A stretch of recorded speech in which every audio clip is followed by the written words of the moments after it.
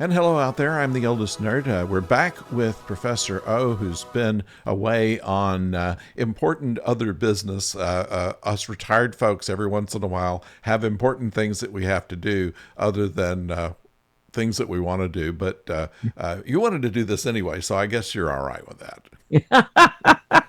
It was in a sense it was a pop culture science conference with a ton of sci-fi. So that's Yeah. Yeah, it sounded like fun. I saw some of your pictures from it. It was. I oh wish I could have gone along. I haven't been to a Comic-Con in 3 or 4 years, I think, and I've kind of missed doing that. We may have to get back into that if we can. oh yeah. But yeah, yeah. But today we are here to talk about a pair of movies of similar plots, but having completely different messages to them. We're talking High Noon, which is a 1952 movie with Gary Cooper, and Outland, which is a 1981 movie with Sean Connery. And these are similar in that there is a town sheriff that's got to fight for the town all by himself. Right. That's that at the core. But you're right. There's a ton of differences that, it's interesting to look at some of the criticism. I don't mean it just critiques, Yeah. criticism, positive, good, bad, and everything. But they point out that both of them are really good films, and that the association of High Noon is there, but the films really are different. Yes, and Yeah. I don't know which one we want to start with. I think that looking at Outland, there are a few things that are rather interesting about this. In that this is the first movie that I know of where they showed the effects of someone having his spacesuit cut open. Oh yeah. Right in the very beginning of it, a character is goes out, pulls his air hose away, and splatters all over the inside of his helmet. Which Oh I yeah. am told by the scientists that that's not really how it works. That's yeah. What happens is that your blood vaporizes and you just die that way. And Oh, but it's not a matter of you don't blow up because you don't have any internal pressure. So I'm that's glad you yeah. did that research. But for one thing, they in the way it's presented, it's completely believable. Yes. You're not thinking, you're thinking, well, hey, that's got to be the way it is. But the other thing is, after you hear that, no, that's not the way it is. I'm glad you explained what is the way it is, which is your blood vaporizes. Essentially, yeah. And yeah, wow. And that's yeah. And I guess, when you think about more current films where people are spaced, sent out the airlock or whatever, that is the way. Yeah, you just see the body kind of just totally lifeless and It's float off. basically the bends on steroids. You come Wow. from a pressure to a lack of pressure, and it just bubbles come up and then explode, and it kills you. That's how it works. But That's it doesn't cause your body to blow up. You're just you're done. there was They some, say there you was can live about you know 15 seconds or so in oh, zero pressure. yeah.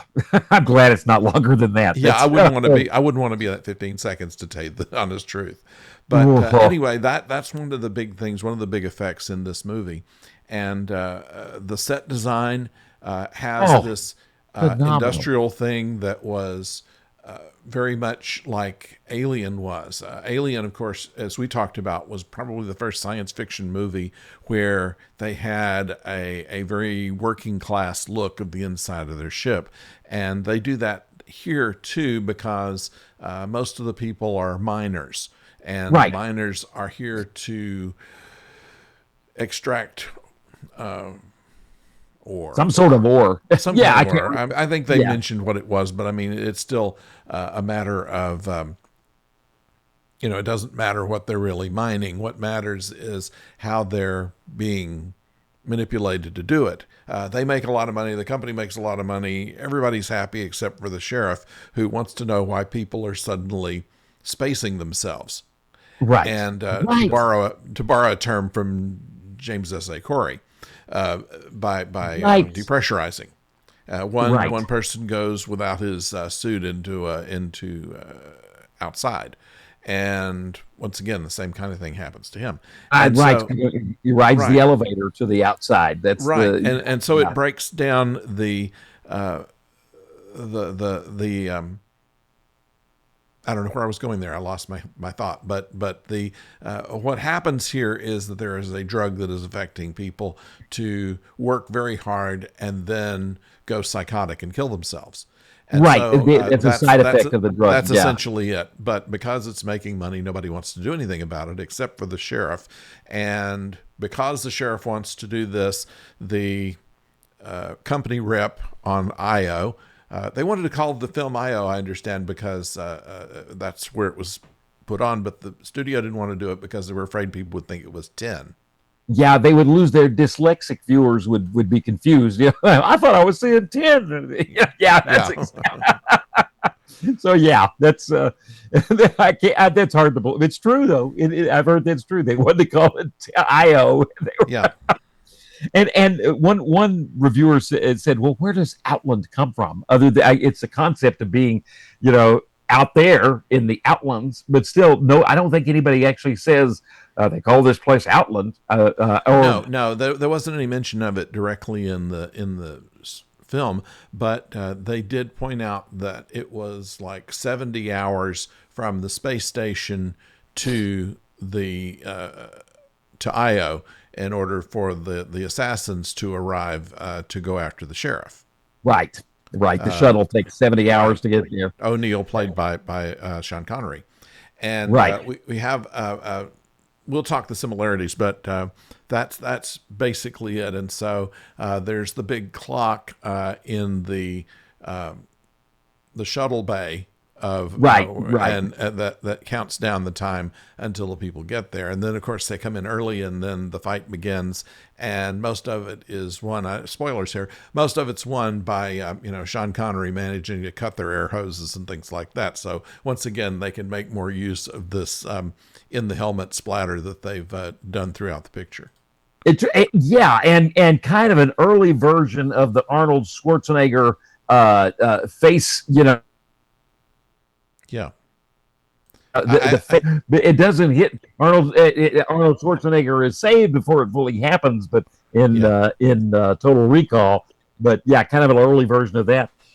Yeah, good synopsis of the plot. I mean, that's basically yeah. It's funny, and that was and we'll get into characters. Really, some of the characters really made this film.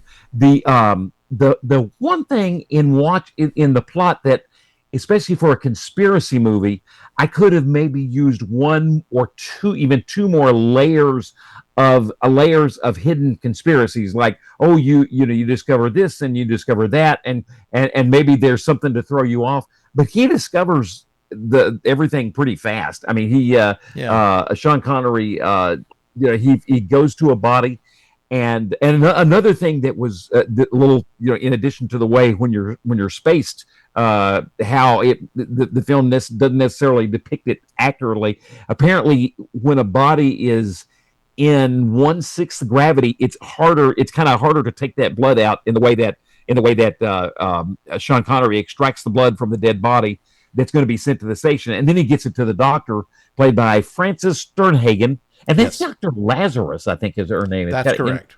interesting name. Whenever you get Lazarus, I love the way she described herself as being just one step ahead of malpractice suit. she was incredible. And so yeah, even though I'm looking for a couple of like really, how to get to this conspiracy, like in a good journalism film conspiracy, you find out pretty fast, and you find out it's true. But the characters are fantastic, and she Yes. is incredible in this film. Apparently, Peter Hyams, the director, Peter Hyams' daughter, maybe they were. I think he wanted to cast a woman, and at first it had been a man, and the daughter says, "You've got to cast. This is who you need to cast for the part." And that's one of those things as we pick apart these films. Casting is so important, and It really she was is. so good for the part. That's This yeah, also helps the parallel with High Noon in that the person who was helping out the sheriff was the saloon owner, who was also a woman and former lover in excellent that case, point. but not in this, of course. But yeah. Some of those there was a school of thought that said they should run away together at the end of the film, and that Sean Connery should leave his wife. But it's fine. I like the way it happened. I thought that'd be it. Just it works. The as presented in the movie. Yeah, Yeah, in both films, there's the question of whether the marshal should leave with his wife or stay and fight. And in right. both cases, he stays and fights and is successful in both cases. And uh, it ends essentially the same way, where they basically throw away their badge and leave. Right, and the wife leaves ahead of time, and ultimately they're reunited. That's Yeah, yeah, yeah. that's a really good point. Yeah, that would I that would have been an interesting to have the throw down your badge in Outland. It happens in High Noon, but to have the to throw down the badge in Outland would have been an interesting. Would have been a neat touch. I think. I don't think I would have minded that. No, I think that would have been a nice little Easter egg there, honestly. But it also has some connections. Of course, they got their set design ideas from Alien, and Aliens, the sequel, and Right. Alien 3 both used the sound effects that were used in this film. And That's so, amazing. yeah, and once again, if you look at Aliens, the whole corporate background, it was suggested in the original film, but in Aliens, they have the Marines that come in, and they are working basically for the company in this Yeah. company complex, and, The and Mar- looking for the aliens. You recall? I had forgotten that the Marines work for the company, and that's another comparison. I mean, this is so, and actually, I think there's a little bit of diversity of opinion. This is so much. Yeah, I was just thinking, if he throws down his badge, is that a company badge, or is that a true federal, some sort of space jurisdiction federal badge? And you gather it's not a company badge. I think it actually would have been a federal. If Sean Connery had a badge, would that badge represent the company, Yeah. or would it represent a government? I think it would have been a government. It feels like his position. Whatever you, Professor B, what do you think?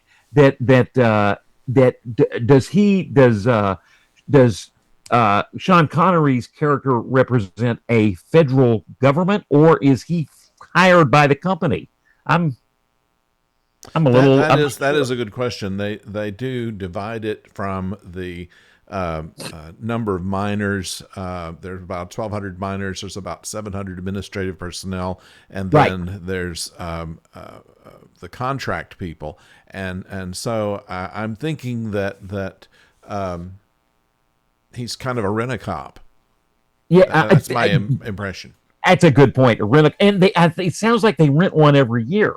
It sounds like that basically he's that job is kind of a 1 year tour of duty, and we can see why, because you don't want, unless the Well, rent a kind of cop. like contracts on ships or on out in over. Doggone it, I can't think of what you call a drilling rig that's over the ocean. But Right. Platforms, those yeah, oil platforms. Yeah, oil right. It platforms. Yeah, kind of, you generally have a stated contract, so you don't stay too long. You rarely go more than a year, usually a period of months. So that's that. I think that's what that's about. and they got that. What you said with the platforms is, it looks like a platform. I mean, the refinery, the ore refinery, yeah, totally inspired by you're right, a platform, oil platform. It just, the world building with the rent a cop, Yeah, the the models, the number of administrators, the workers, administrators. How do you keep the workers busy? Prostitutes. I hate to say, that's and it's yeah. another thing about, not only do they, I think you mentioned they want that they have a drug to make the workers more productive. It's kind of interesting. You're not sure. Not everybody's. Well, apparently a lot of people are taking it, but not everybody gets the side effect. But it did sound like after a while, everybody's going to get the side Yeah. effect where you become psychotically paranoid. Like one guy, thought a spider was inside his suit, and he was so frightened that, like a tarantula, almost it felt like. And Right. so he takes away his air hose so he can get at the spider, and Yeah. Of immediately dies because of course. decompression. But yeah, the effect of the you've got the effect of the drugs. The other thing, oh, that's right. And so the company probably makes them affordable. I don't know if you have to buy the drug. What's interesting, those are company prostitutes. So you make your Yes, money and then you pay it back to the company, because the prostitution is mentioned all over the place it and is. yeah, in the film. And yeah, the company just makes money all the way around. The company Well, store. they don't talk about the company store here, obviously, but I would be surprised if there wasn't one. But Yeah. really, what this film is about is kind of a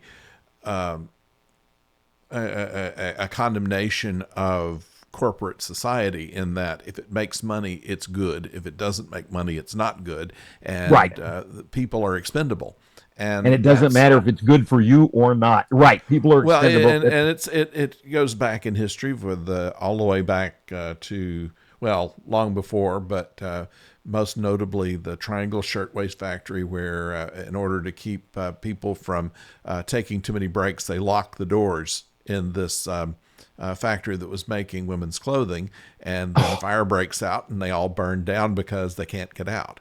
Oh And my goodness. yeah, and True that story. led true story. That's historical. That was in Whoa. the early 1900s, and that's one of the things that led to beginnings of the labor movement in the United Wow. States. But anyway, that's what they're talking about, is the fact that a company that exists to do nothing but make money can do this and get away with it, as long as law enforcement Turns a blind eye. turns a blind eye, as the deputy does in this case, and in fact is kind of in on some of the grift. Right. Right. And you know what the company store is the bar. Well, okay, Yeah, but you mentioned I was thinking of the bar and where they sleep, and where they sleep is, I mean, the company spends no expense on having even a dorm room, something, a yeah, modicum of your own space. It's just a little high, octagon or something, shaped sleeping quarters that you zip yourself into. right. That's no bigger than a bed. And there's no privacy, and you live your life. I mean, you get your rest. That's not uncommon with some countries and some companies in China, where Wow. they basically are in big tubes. They just like a ditch pipe that Ah, you'd slide yourself into and close one in. In fact, they have uh, inexpensive hotels in places like Hong right. Kong, where you can rent yourself a bed basically, and it is essentially an enclosed bed. And that's what, talking about the world building, they built these sets in England, and the sets are gigantic. I mean, when we see Yeah, the cafeteria, when we see the bar's huge, yeah, and there's like 200 people in there at least. The extras, tremendous amount of extras, and there are chase scenes where you're running through these areas. So they do such a good job of, as much as like a movie, maybe like we were talking about earlier, Logan's Run, where they're going to kind of look at what we built, look at these sets. Of course, Logan's Run, I think they went to Fort Worth for some of their stuff, yeah. but but still, there were big sets that they built, and this film takes you on a chase through the sets, so it's very functional. You're not there's no, ooh, look at this, how awesome it is, which I never mind anyway. I mean, I never have a problem Yeah. with that. But I'm going like, wow, look at the future. But here, it's just part of the story, and it's very utilitarian, the way they show you these incredible sets. And how about that shot very early in the film? We're following a group of people in an elevator. They Yeah. come down an elevator, and the elevator is kind of weirdly lit. I'm thinking, I wonder if that's a matte effect. But then they get out of the elevator, and they are way in the distance. But then we pull back in one shot, in one shot, the elevator's in the distance, and we pull back, and all of a sudden, these people are in the foreground, and they're in space. Everybody's in suits, and they're doing their work. And but the sets behind them are huge, and yet you still got people close up in the foreground, and it lasts like 2-3 minutes. It's an amazing effect shot that just It yeah. is. And it's an interesting thing. I think it was a first for that film in which they used front and rear projection. I don't know That's exactly how right. the process worked, but that's how they were able to do that. That's right. They had a name for it. It was like They Magna View or some such like that. exactly. And That's it exactly. caused a problem between the director and the cinematographer because they Oh, hired the cinematographer just to satisfy the union things, and once again, it was the director holding the camera most of the time, right. That's and right. that caused some bad blood there. But he was getting Which paid, so he kept on with it. it's funny you mentioned that because that ties into the little featurette I found on YouTube on the model makers. At two model makers that Yeah. came from, we were talking about it, Space 1999, UFO. What were some of the previous to that? Those same shop, model building shop for Oh would have yeah, been that was of course Fireball XL5 back in right. 1962 and Thunderbirds that came later. Right, Jerry Anderson. Right, right. Yes. That kind. Yes. And so they come from the live action of Space 1999 with some awesome models. So you Yeah. can see why they got hired.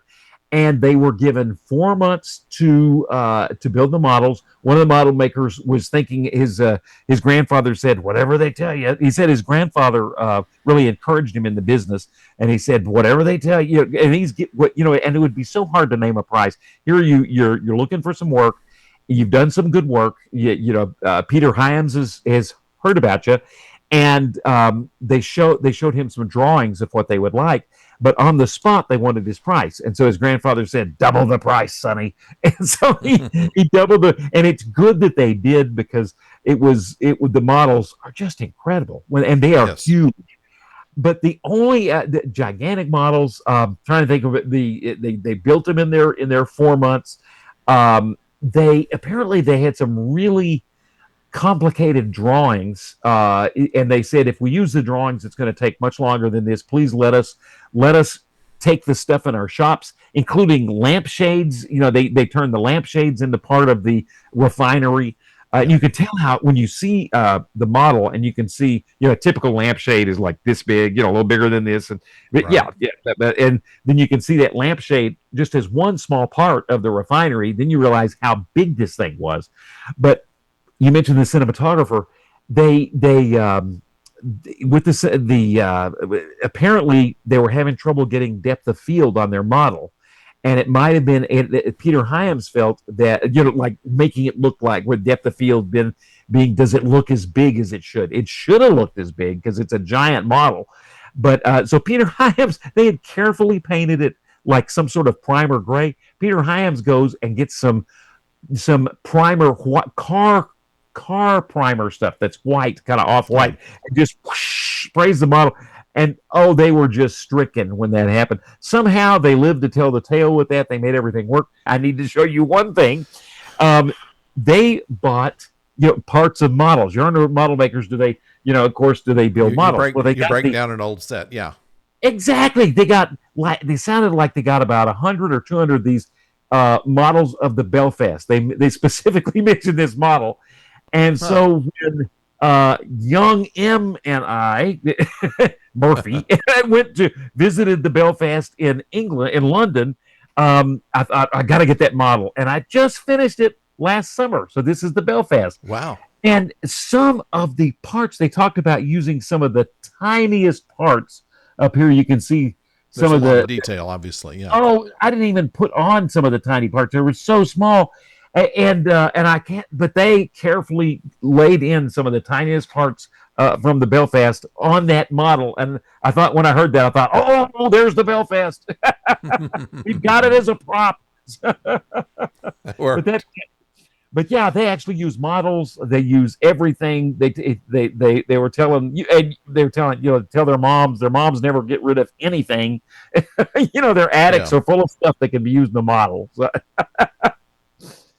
Yeah, Introvision was the effect that they used for some of the Ah, effect shots. It is allowed an actor, actress, or other live action element to be sandwiched by a projected background and foreground element all in the same shot. I wow. don't really know what that means, but it sounds interesting. Oh, projected foreground projecting for yeah, Yeah, and background projecting and sandwich the act. You can kind of see that in your head. Yeah, yeah, yeah, that front projection is not as commonly used, but you're right. It is front projection is used at times, and yeah, that's interesting. It sure worked. I mean, man, I thought the effects were terrific. yeah. Uh, Now, all that said, I have a problem with Sean Connery being in this picture. ah, Even in watching it, he just seemed miscast for this. And I understand that they considered Gene Hackman, James Brolin, and Clint Eastwood for O'Neill's part. And I could see either one of those or any of those three doing a good job in that role. But I found, I don't know, Sean Connery being too Sean Connery. He's one of those kind of people who doesn't dissolve into his character, except for James Bond, and otherwise he's just himself. And that's a good point. I have I liked him in Red October, Right, right. despite the Oh, fact loved him that in he was that. a Yes. Russian with a Scottish accent. But still, it was Yeah. it worked there, but somehow he didn't work here. The I don't see anybody like him asking for help, and so Right. that's kind of my Ooh. problem with that. Otherwise, I thought that it was well casted. I love Peter Boyle in this, and the deal he was, he's playing golf where Right. hits the ball into a screen. That was an actual thing that was available. You could buy that was like $3,000 or something like that. So you could play golf in your house, and what you did was you drove the ball into the screen, and then it would show the animated ball go however hard Go. you hit it Right. on the fairway. And I thought it was interesting to put that in as a ultra futuristic element, even though they were available at the time they were doing the movie. Even though you know what, that makes sense. In my mind, I was thinking, I thought I've seen those things, and yeah, Yeah, and so in that context, it doesn't look ultra futuristic. That's exactly right. Um, I thought Sean Connery's best scene. And that's a great point to compare him to Gary Cooper as somebody who would be looking for help and that would and yet a person who is capable and proud, but yet knows he needs help and has that kind of capacity, that kind of sensitivity to be able, even Gary Cooper has in some respects has trouble asking for it, but he knows he's got to overcome yes, whatever obstacles, a little bit of pride or whatever, and yet he earnestly seeks help. And right, yes, that is a great point, because those same scenes, and this is where the film is really channeling, Outland is really channeling High Noon. It does have those parallel scenes, and whereas Gary Cooper will look kind of yearningly, earnestly at the people he's talking to, looking for that one face. Sean Connery, and the way it was directed too. I love Peter Hyams, but yeah, he doesn't give him the time to even look. I mean, he just yeah, assumes nobody. It's like he assumes nobody's going to help. He gives them half a beat and then walks off all mad because yeah. nobody helped. And And I don't think his heart was in it either, because he lost a part in Chariots of Fire by doing this huh, picture, because wow, it went over schedule, because he was supposed to do Chariots of Fire right after filming this, but the filming was dragged on and he wasn't able to do it, so they replaced him. However, he was able to take an afternoon out to play Agamemnon in Time Bandits, that's right. He was in time. which also was, I mean, it was a half a day that he went and shot that, interestingly, as Agamemnon and then as the firefighter. And they let him off for an afternoon and used stunt doubles in his place on that day of filming. And I thought he played a very good Agamemnon. And and right, and but you know what, with that background you're mentioning, I thought for one thing, it did seem like his best acting when the film really, when the film takes on a certain amount of, this film has got some coarseness, some good coarseness to it. It's going to catch you, and you're going to stick. It's going to stick with you. Is those lines with the doctor Francis Sternhagen, and then the one, it's funny, the one speech where he felt like that's where he felt was heartfelt, because dealing with his wife, that was kind of strange. I mean, you could tell he loved her, but yeah, there was a distance there. But when he said, "I'm a cog in a machine, and I just want to see if a person like me can stand up and not be that cog in a machine," maybe he was channeling his frustrations with Chariots of Fire. I'm a cog in a machine. that could well Because happen. that was a good little speech. That kind of that where, Yeah. why are you staying? Everybody says go, you should go. It's crazy. You got a family. Why are you staying? And yeah, Nothing that has to do with the movie itself, really, but interesting thing that happened later is the first person to die in this film was John Ratzenberger, who was Cliff Clavin in Cheers, and the Frances Sternhagen, who is playing the doctor, played Cliff's mother in Cheers. that's right. That's incredible. Yes, that's hilarious. That's right. That's exact. I've heard that, and yeah, and that's exact. There was Cliffy and his mom. That's Yeah. amazing. That is amazing. And oh, and the part you mentioned, the Jack Elam, they were thinking of Well, that's doing. that's in High Noon. Oh, that's in High Noon. That's in High Noon. Oh, that was in. Gotcha. Well, Jack Elam is one of the few people that might have been alive for both films. The films are 30 years apart, and Yes, I was thinking that I was think a. he was. Yeah.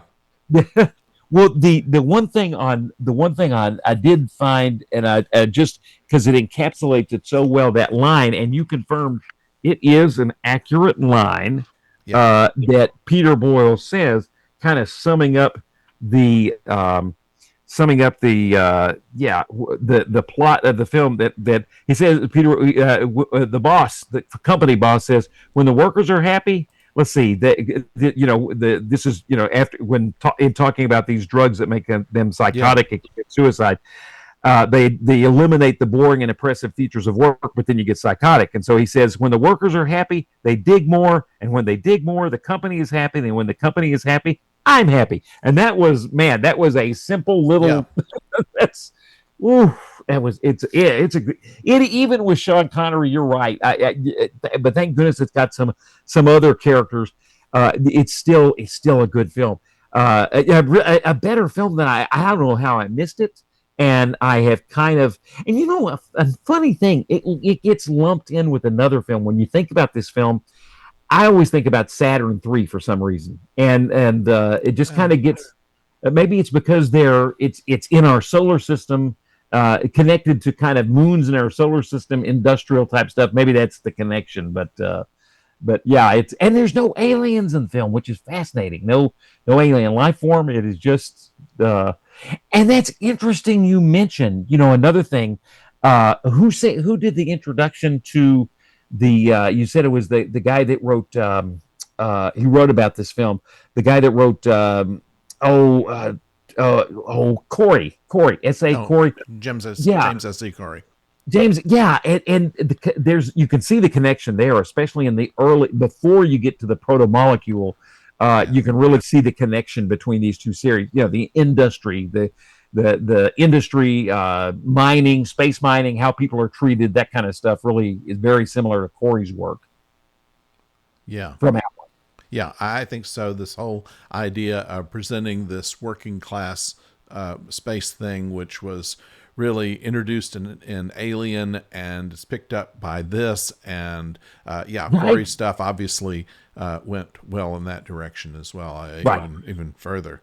But I was looking at quotes in this picture, and I love the I love a lot of the stuff that Dr. Lazarus has to say. Um, Oh, she's there's got a some lot of great the exchanges. What you comic got? relief. Your wife is one stupid lady. You want to go get drunk? O'Neill says yes. She says at least you got some sense left.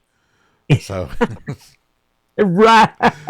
another one. Almost everybody here doesn't have both oars in the water, as far as I'm concerned. Why people start to lose their marbles in greater numbers is not so mystifying. I don't know why more of them didn't do it sooner. That's a good point too. Yes. Yeah,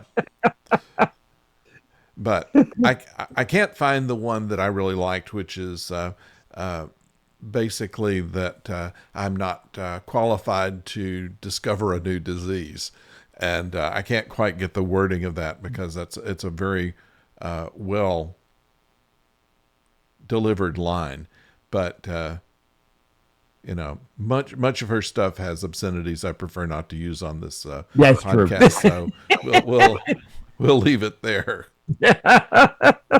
One of our listeners, I was just thinking of what's interesting. You think about workers in space, and I can't think of many that were. I can think of a little bit, but like teachers or professors in space, like with a little bit of our background, and especially working stiff profs in space. You Yeah. don't. I haven't seen that very often.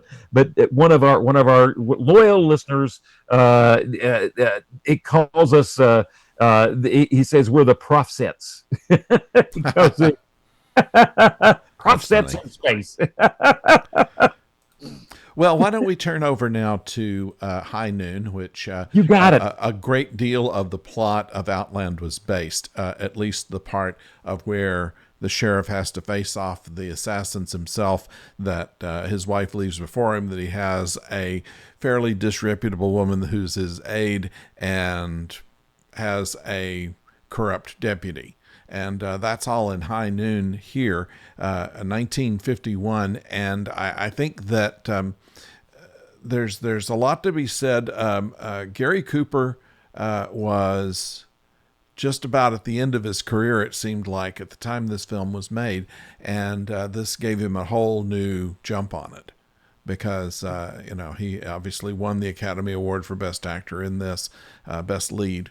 And while we've talked about offline the idea of it being kind of a parable for McCarthyism or the reaction to McCarthyism, and certainly some of the people that worked on this film were blacklisted. Right. But the story itself was based off The Virginian, which was a novel and then a movie made in like 1923.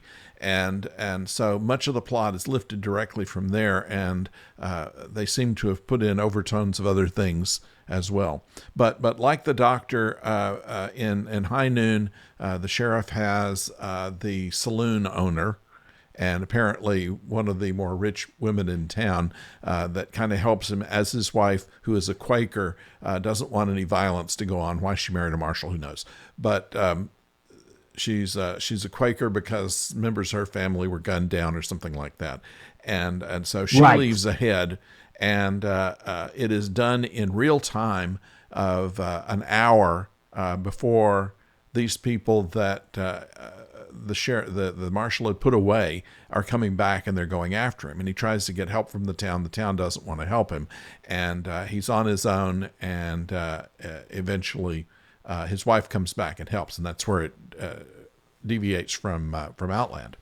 But and it's and exactly, the wife comes, and it would have been interesting if they would have done, because the comparison with Outland would have been as if one thing, they did have at least one child in Outland, no children here, of course, because they just got married, and they but yeah, compare. So in Outland, it would have been as if when the wife gets on the shuttle to go back to the space base, as if she would have then really seen the assassins, the hitmen that were coming for her husband. That's what motivates Grace Kelly to actually get out of the train. I want to just double check that.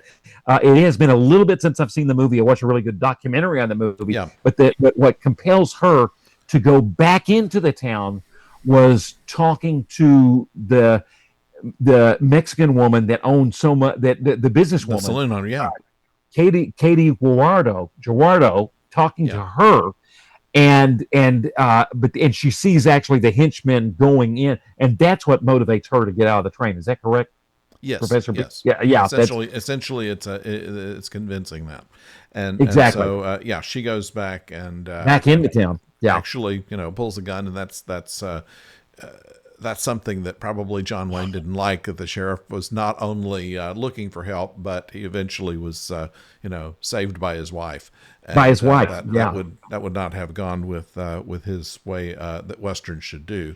And they went on to do Rio Bravo, which was a similar thing, except the entire town, were all together behind the marshal. Nobody was. I think I admire the sense of collectivism Yes, and union pulling together that was in right Rio Bravo. The funny thing is when you look at it and you're thinking of if you don't like the idea of people working together, that's what it is. It's collectivism. People are working together for the yes. common good in Rio Bravo, and it's a great movie. I love that film too. I love them Right. both. Right. There are a lot of very good John Wayne westerns, and they followed a certain type of pattern, and you didn't have any anti-heroes there. That didn't happen until, well, this film, and then well, he wasn't Right. really an anti-hero. He was just someone who was put out by himself and having to go as an individual against odds. Right, Uh, right. The only either if you call him an anti-hero, the only kind of I was semblance of that thinking I might was be thinking when he more of the spaghetti westerns later. The exactly man with no name. He was not necessarily a hero, but he was a compelling character, and right and perhaps we could should get stand into up. that somewhere down the line. You do. You're right. It's exactly right. And even and maybe at the end of the day, they might stand up for something that needs to be stood up for, but it's very complicated, and that's an Yes, anti-hero. That's yes, exactly right. essentially, yeah. The So closest thing this film gets to that is just throwing down the badge at the end. What made John Wayne so mad is when Gary Cooper says, I can't, yeah, I have stood up for you people. You people didn't stand up for me or yourselves. You would have just willingly let anarchy and basically a dictatorship run by outlaws come into this town, yes, and he throws down the badge and but and their reasoning was of interest. One is that the town didn't have any fight with the gunfighters who were coming back. It was something that he had put them in jail before, and so it was a very personal vendetta against him. And hmm so the town felt hmm like they didn't need to help. And the on top of that, they were thinking that uniting against these people would mess up the town's reputation and lose the money. And once and again, lose money comes into the equation here as it does in Outland. the fascinating and the only there were very few people that stood all the outsiders, the outcasts, the one-eyed drunk, the And that was Jack. That was Jack Elam, by the way. oh my goodness, He was that was his uncredited. He was uncredited in this, and the reason was, as they had finished the final cut of the picture, they were ready to send it out for a sneak preview, and they were afraid before the sneak that it might be too dramatic. They needed some comic relief, and they hired Jack Elam to play the town drunk. And they then, but the film went out. The credits were already done, and the film went out on a sneak, and it was successful. So they decided they didn't need him. right. And but still, because they had to pay him, they put a scene in there to introduce him, but not most of the stuff that was supposed to be the comic relief. And so Jack Elam was in the movie, but not credited. As an uncredited town but he's it's a small role, but he is earnest, he wants to help, and the sheriff, he says, no, you're going to be worried about me, and like, because the sheriff's a good person, Gary Yeah, Cooper's, and you're going to be worried about me, and I'll be I'll just be a distraction. He kind of knew, he knew that it would be a problem. No, right, yeah, yeah, anyway, he knew. And then the other one was the kid. There's like a right. 17-year-old kid that wants to, but he's too young. And then Of course, there was the sheriff, the previous marshal, played by Lon Chaney, who actually was younger than Gary Cooper, but playing older. And no, yeah, Gary Cooper, Gary Cooper was like 51 or something at the time, and Lon Chaney was in his 40s, and Okay. and of course the Grace Kelly was 21. So I mean, Yeah. that Yeah. that was. They said, in the context of the time, that would not be an unusual age difference in the 1860s, but that he was supposed to be around 30. The intention for that, but so anyway, Lon Chaney couldn't help him because he had arthritis in his hands and wouldn't be good for that. And the deputy, played by Lloyd Bridges, wouldn't do it because he wasn't being recommended to take over his job when he left. That's it. He was and just and they selfish get with in that. they get into a fight. Yeah. And one of the interesting things is that during the filming of this, Gary Cooper had a bleeding ulcer. And despite that, he did most of his own stunts in this picture, including the Oh, fight with Lloyd Bridges. Now, whoa.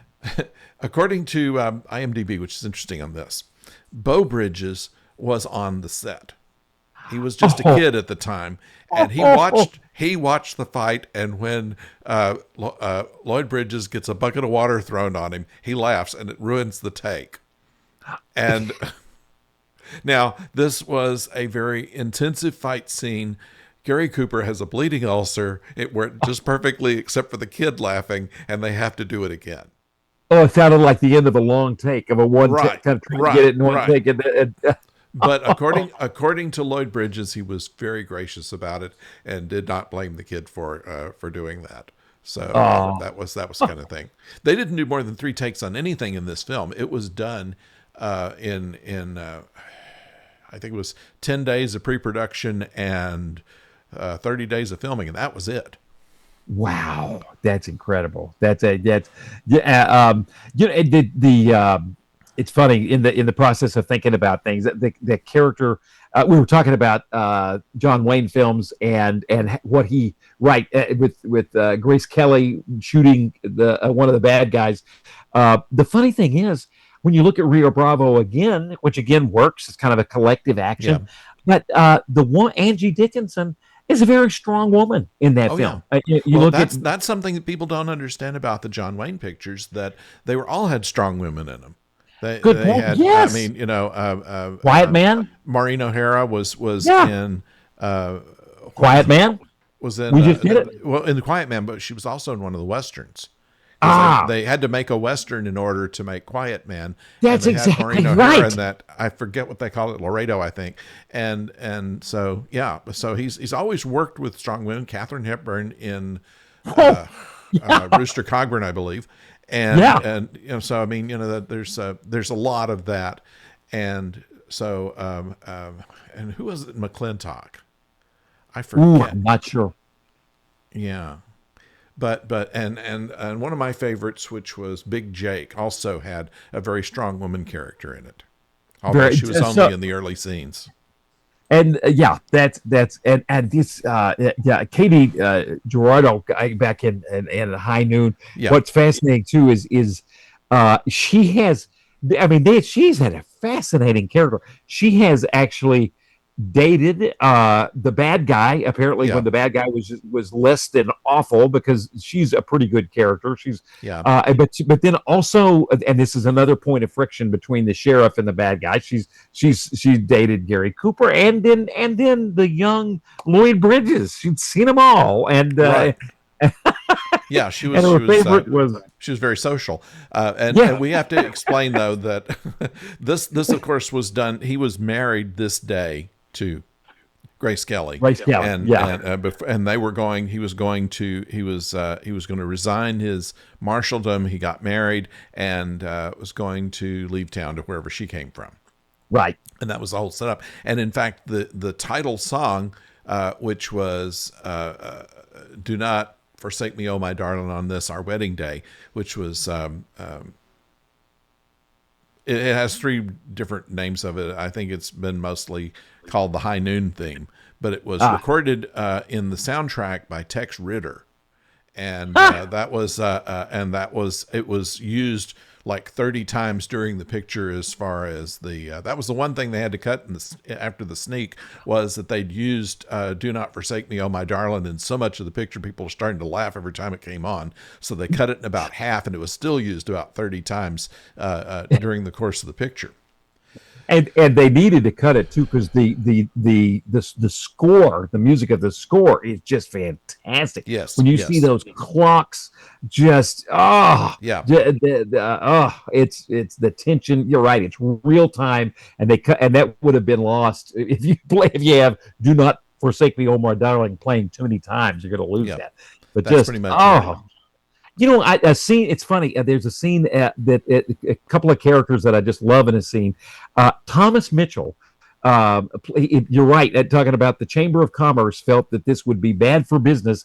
It's funny. They were thinking, they're kind of weighing what's going to be. Should we have this kind of semi-dictatorial group of outlaws come into town? But they felt like that would be better for business than to have a massive gunfight. And Yeah. Thomas Mitchell he's done, usually he's so good. He's Doc and stagecoach and does the right thing, but here he has this circular logic, and by the end, he's the rest of the people in the church at this meeting are kind of like, yeah, this could be bad for business.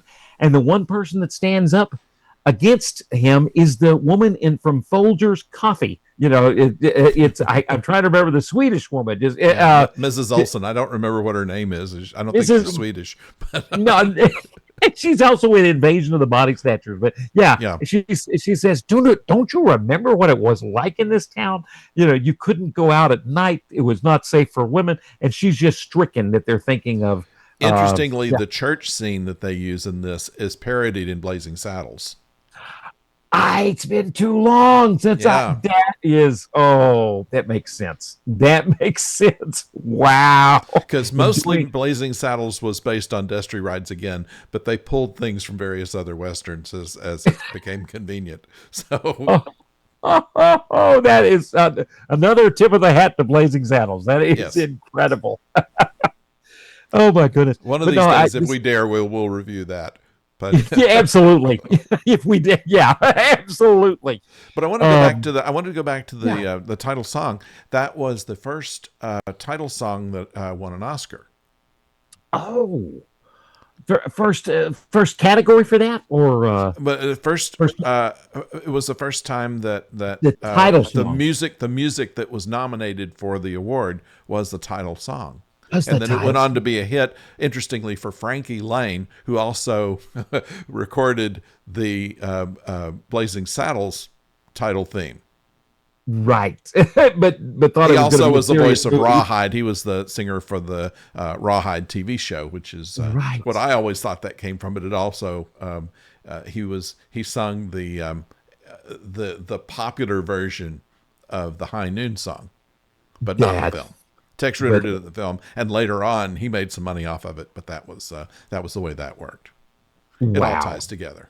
It totally does. Well, and one other thing that ties together too, that John Wayne was so infuriated by this film. He was trying everything he could to get the screenwriter Foreman, Carl Foreman. Basically, I think he had to appear before the House Un-American Activities Committee somewhere during the film. He went ahead and he spoke. He did not name names. He did not take the Fifth Amendment. He and he went back to work on the film, but he could see the gears turning, so that he wasn't going to be able to work again. Gary Cooper, who was as much of a very conservative, patriotic of American. But he felt like, he said, that basically you're just throwing a label at this screenwriter, because you're just stigmatizing and putting a label on it. You don't know him as a man. You don't know him as a patriotic American. Gary Cooper felt he was a completely patriotic American. He loved working with the guy. They were even going to form a company together, and John Wayne did manage to break up the formation of that company, and then Foreman leaves. And guess who claims then cut to 6 months later, and now we've got the Oscars, and sure enough, Gary Cooper had given an award-winning did an Oscar performance But but he couldn't pick up the Oscar. It's one of those times he's He filming had a overseas. bleeding ulcer Bleeding ulcer. during the filming, and they had to operate on him, and so he wasn't well enough to go to the Oscar ceremony. So who And picked up that Oscar? John Wayne. That's and that. said in the acceptance speech that he wished he had been in that role in the film. So That is beyond ironic. That's as much as I appreciate John Wayne in my own way, in his own way. That is still that's he wouldn't be in Blazing Saddles either. That was he was invited to play the Waco Kid, and he said, "Nope, not my style." But I like the film. He liked the film. I'm yeah, impressed. I did. No. He did like or He did not liked like. Blazing Saddles. Yeah. Oh, that's fantastic. That is good to hear. That is good. Well, of course, one of my favorite references to John Wayne is in the movie Argo. And yeah, after he'd passed away, characters are talking about lost John Wayne and country's going to hell. But oh yeah, that's fascinating. Yeah. Claimed the Oscar for the film. And Grace Kelly was so good. I was just thinking about and I wonder. I guess Jeff Bridges might have been too young to be Oh, yeah. Beau Bridges. Yeah, Jeff Bridges might have not been born yet. But Yeah, I didn't see how old Beau Bridges was. It was 1951, so he was a youngster at that time. He was old enough to go on the set, but perhaps not old enough to realize that he better not laugh while they're filming a take. But exactly, yeah. But there's something else I want to point out. One of the members of the Miller gang, which were coming in to Right. gun down Gary Cooper, was Sheb Woolley. And Sheb Woolley was a character actor. He went into, he started in Hollywood hoping to be a singing cowboy just about the time that they didn't need singing cowboys anymore. And so he played villains and things like that in films, starting at about 1949, 1950. And so he's in this as part of the Miller about the gang, and there's not much to say about him really, except for the fact that he of the cast of that film was in more films than anybody else. He was actually in 386 films, because in a film he had done the year before, he had done a Scream, and the Scream was so good they have used that. They used it in Star Wars. Whoa! Used it in Indiana Jones. It's a say. It was Sheb Woolley that was doing the Scream. That's wow. And my mind. A few years later, he got into music and recorded "Purple People Eater," which is a popular '50s novelty song, and did several novelty songs after that and under his the name of Ben Kohler. That's fascinating. That is feels like we need to use that Scream again. That's in some film somewhere. That's Yeah. There was one commentary too. It's kind of funny. You think about everybody working together in Rio Lobo, and yet it's a very like almost another kind of John Wayne type thing. Gary Cooper has to be a lone individualist, a strong individualist. Yes. By the end of the film, and that is very much in the John Wayne mold of things. And but the interesting thing is that he takes a turn. It's interesting. Where is he going to stay as a lawman? No, they're going to make a general store. If I'm thinking, they're going to, the next step for them is to after they get married, they're going to make a general store. I think. I think. Yeah. Like a food store or something like, but very much fitting into the let's build civilization, the building of civilization with the young wife and becoming part of building a society is his next stop. But he's got to stop the bad guys first. Yeah, there is one other person in here that I wanted to mention. Lee Von Cleef was. Oh, right. He was one of the Miller gang as well. And This is the only film he's ever been in where he didn't have any lines. I was thinking his face is so distinctive, but no lines. They wanted to use him as as the lead in this, but they said he'd have to have a nose job in order to do it, and he wouldn't do it, and so they put him as one of the bad guys and gave him no lines. So What the documentary on PBS, yeah, does show how it covers everybody sweating. It points out how this is a gritty, sweaty Western, even before the spaghetti Westerns kind of yeah. popularized that look. And Excuse leaving, me, he was not going to replace. He was going to be instead of Lloyd Bridges. I got that wrong. He was oh, that's not the what he sheriff, was. but the deputy. Fascinating. Well, I didn't know if he had done much work before then. I always think of Lee Van Cleef as getting into some of those Roger Corman science fiction films in the 50s, and of course then he goes to Yeah. spaghetti westerns and a lot of other places too. But oh, that's Yeah. amazing. So yeah, interesting little tidbits on that. So I'm trying to think where we need to go from here. There was something else it seems like that I had noticed on this that I wanted to bring up, but we've talked around this, but haven't really gotten into it as to how this seemed to be some kind of allegory for McCarthyism. Right, Carl Foreman. Yeah, Carl. Yeah, he's the writer. It definitely feels like, will anybody in terms of Hollywood? So many people had they were accused of having communist or leftist leanings, and what was so ironic was that after in the Great Depression. People were looking, to different anything to cure the Great Depression, anything to help people out, and of course, they're probably, I'm sure there was a naivete involved. They were naively looking into the Communist Party as some sort of help, and then to add to that, then Russia. This always gets me. Russia becomes our ally in World War II, and we make basically pro-Russian, sympathetic to Stalin films. And you were paid and told to do that. Let's write a story and let's make Russia look like our good ally. And then a lot of those writers, the same writers, when they were told to do that, or they had trying to find some way to help people out, to help the economy work. And I'm not that I'm, it ultimately communism does not seem to work at all. But back in the 30s, they were looking for almost anything to counteract the depression. So all of these and almost all these actors had realized, no, this doesn't work. I'm not gonna, I'm not gonna join this club. And they weren't anti-American, but they were clumped together in the Red Scare with the atomic, when Russia got the atomic weapons, in the Red Scare and McCarthyism, clumped together as all bad, and they were all individuals, and nobody stood. Then they narrowed down to 10 of them. And they wanted the 10 to name the names, and other people to name names, other associations that might have been. Even Ronald Reagan had, I think, been a member or been to communist meetings when he was a young actor.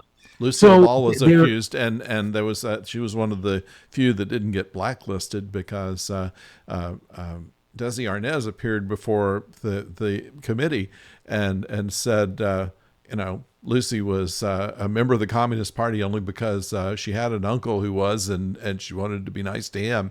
And otherwise, the only thing red about her is her hair, and that came from a bottle.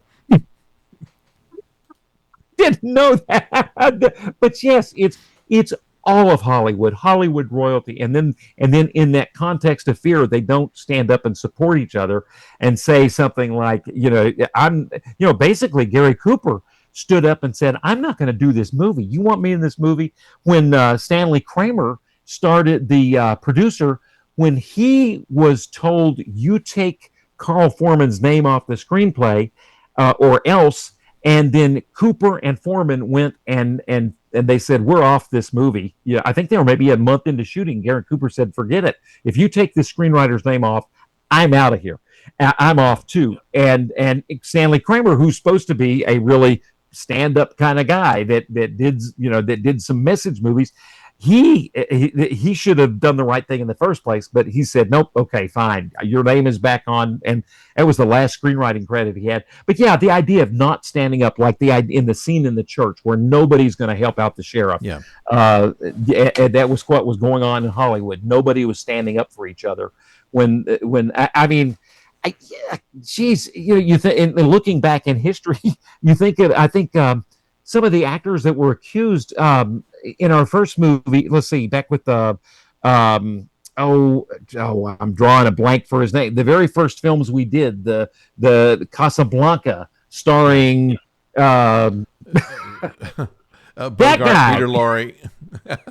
Yeah, Peter One of Lorre them, Peter was Lorre, I think one. he was. Yeah. Yeah, absolutely. And um, I mean, but yeah, it's Hollywood royalty, and they had all Yeah. S.J. Cuddles. I can't think of his last name, but I think he was too, wasn't he? our viewer. Yes, he was too. That's Yeah. exactly It right. was. Yeah. And yeah, it's Hollywood royalty. Everybody and nobody. I don't think they ever found out that anybody from Hollywood was really a spy. They just liked acting. They were great actors. Nobody was a spy. Nobody conspired. Now there were real spies, but I don't think anyone in Hollywood, for all that carnage of being blacklisted, one of the people that were blacklisted committed suicide. A lot of them couldn't get work for 10 or 20 years. It took President Kennedy going to see Spartacus, which had been written by Dalton Trumbo, who had been blacklisted. But finally, by 1960, they put his name up there. There's Dalton Trumbo.